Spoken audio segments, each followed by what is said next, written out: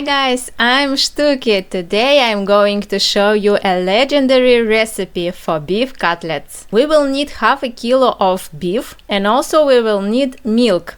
So, pour our milk into a bowl. We take a piece of white bread now and soak it into the milk. This is the secret ingredient of delicious cutlets. Our task is to soak the bread completely in milk and break it into small pieces. Cut the onion and add this onion to the beef.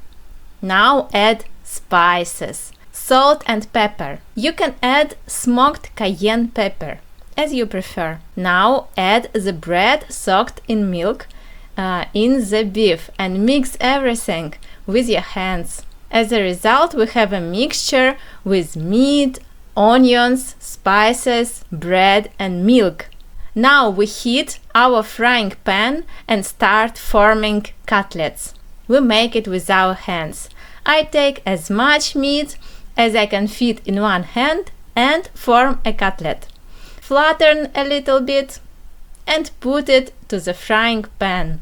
I cover the first portion of cutlets with a lid and fry on medium heat. After 7 to 10 minutes, when the underside of the cutlets are browned, I turn them over and cover them again.